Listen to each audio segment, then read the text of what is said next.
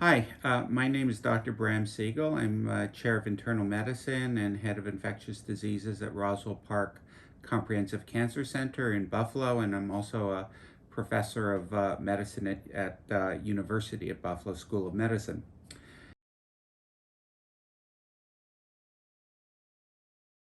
There is precedent for sure for people to have more than one infection with COVID, and given the frequency now of variant strains that we're facing throughout our country, uh, if you get the vaccine, that gives you that much more protection that you won't be infected with one of the variant strains.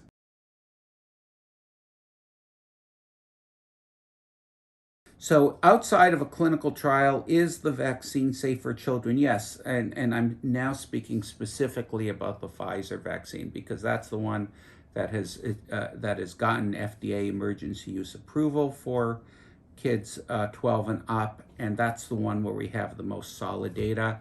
The studies are absolutely as rigorous as they've been done as the adults.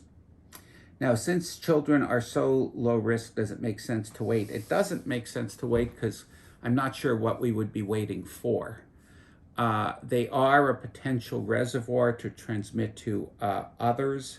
We want to vaccinate as much of the population as we can. And, one thing of concern is, yes, so far, now I don't want people to think that COVID is benign in kids because it's usually not a big deal in kids, but there are a small proportion, a relatively tiny proportion of small children can have more significant problems associated with COVID.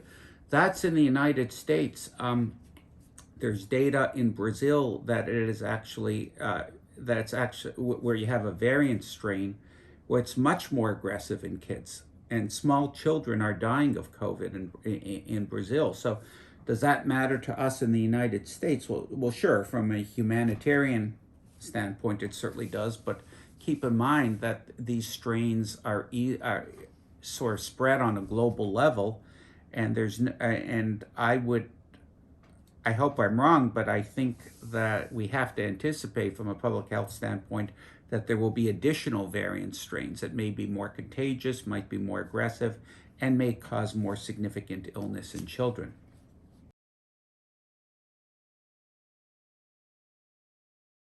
So when we say expedited, it was expedited in terms of enrolling a lot of people because there was a pandemic throughout the world. So what happened is there was a huge investment to try to take the most promising vaccines and enroll a lot of people all over the world. So what happened is within a short period of time, tens of thousands of people were enrolled in these studies. But with that really super large amount of people, you get a very good idea about the efficacy and the safety. So in terms of expedited, it was expedited only in terms of putting in a lot of resources into enrolling people on an international level, but there weren't any safety. There wasn't anything on safety that was compromised. All of the review from a safety standpoint, in terms of the FDA, in terms of the advisors that the FDA uses, all of that was completely done in exactly the way it needed to be done.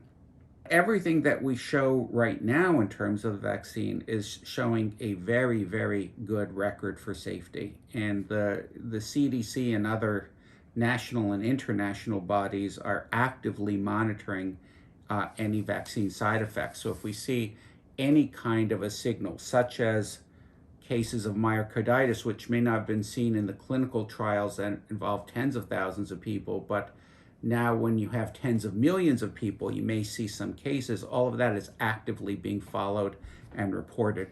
Likewise, the risk for clotting, which again seems to be extremely unlikely, but when you are now have millions of people immunized, even if there is a slight positive uptick, which I'm not sure how real it is, you're going to, this is something that is going to be recognized when you look at the data, and it's reported.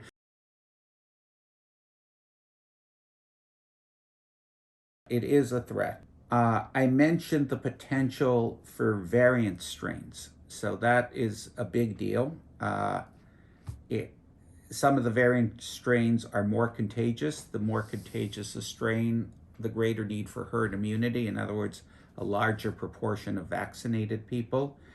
Some of the variant strains are more aggressive, and I mentioned the one circulating in Brazil, in which there's a really big problem with childhood mortality. So this is really a different kind of strain that we have to be worried about. You also have immunocompromised patients where, for example, not most patients of cancer, most patients with cancer, for example, will mount very effective immune responses against the vaccine. Some of them, a minority, may not. That doesn't mean that they shouldn't be immunized. They absolutely should, but we have to be just cognizant of the fact that the level of protection from vaccine won't be the same as people with normal immune systems.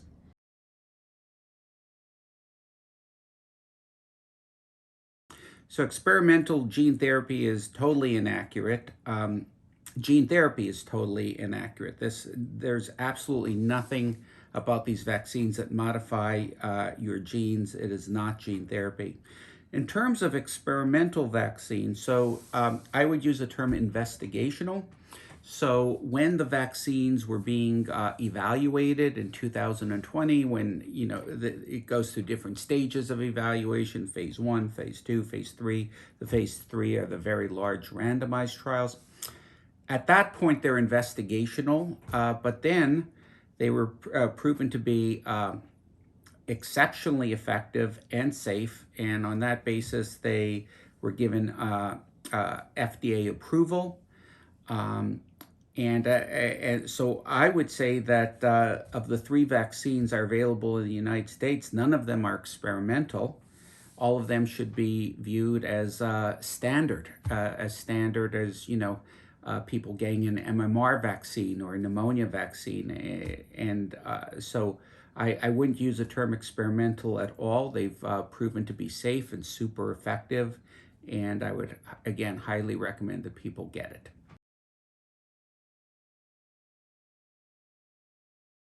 Situations, I mentioned Brazil, but also India, where there's uncontrolled infection, large population densities, and there's clearly the opportunity that there will be strains, some of which may not be taken care of by vaccination, and there may be a need in the future for newer generation vaccines that address these variant strains.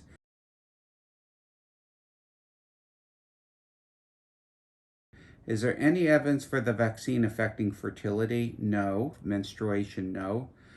Pregnancy? No. A paper just came out in the New England Journal of Medicine where they looked at pregnant women who received the vaccine, and there was no concern about any adverse safety signal. And this was a substantial number of people who they looked at. Likewise, nursing is fine if you've received the vaccine. There's no reason to not nurse and after you've received the vaccine.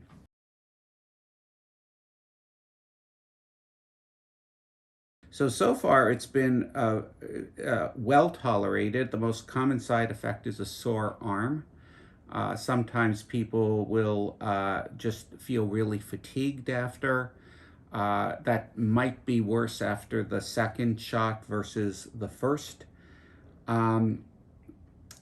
More significant side effects are actually very rare. We'll get to them a little bit later, but the most common side effect would be a sore arm and sometimes just feeling really tired. There sometimes could be some muscle aches. You might have some mild flu-like symptoms.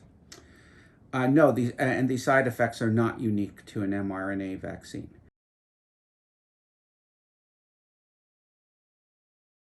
Well, no, there's no way I could think it's possible. There's no way I see it as possible because it's not a live virus.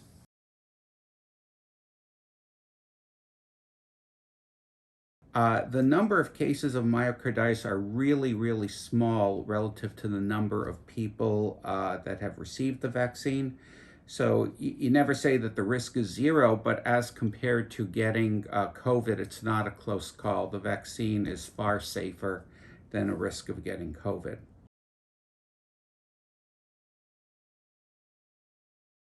Vaccine adverse event reporting system. This is done through the CDC, and it's something that it's not unique to the COVID vaccines. It's for other vaccines as well, where where you report individual adverse events that might occur, and then all of that is looked at in relation to a number of people who have gotten the vaccine, and then people at the CDC and elsewhere will say, is there a potential signal here? In other words, are we seeing these side effects more commonly than we otherwise would have seen in a general population?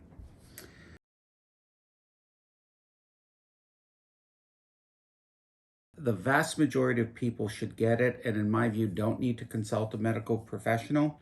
And again, most people would, this would be the very, very rare number of people that could have um, uh, an adverse, some sort of allergic response to some of the stabilizers that are used in the vaccine. If that's the case, the best thing is just discuss it with your doctor. And for a very tiny proportion of people in which there's a concern, they could be referred to an allergist.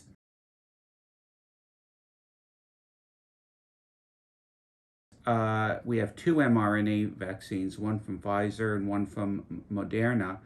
The basic thing is that the mRNA is going to be packaged into a vehicle. It'll be taken up by your own cells, and then that mRNA will be used to generate the spike protein. So that's an important protein that the SARS coronavirus 2 uses to attach to human cells. And when this spike protein is made by your own cells after you get the mRNA vaccine, the notion is that your own immune system will recognize it and generate antibodies against it. Is this a new technology? Relatively new. It's been developed for a number of years. It's one of the ways that's been developed is to use as a potential cancer vaccine or as an anti-infective vaccine for viral infection. One of the things that emerged is that when COVID hit us, there was a need to, in essence, the technology had already existed. So it was already existed, and and then when we knew that it was that was a member of the SARS coronavirus family, and we knew how important the spike protein was, in essence, this technology that had been researched for many, many years was further developed and to basically use the technology to deliver RNA that will enable your own cells to make the spike protein.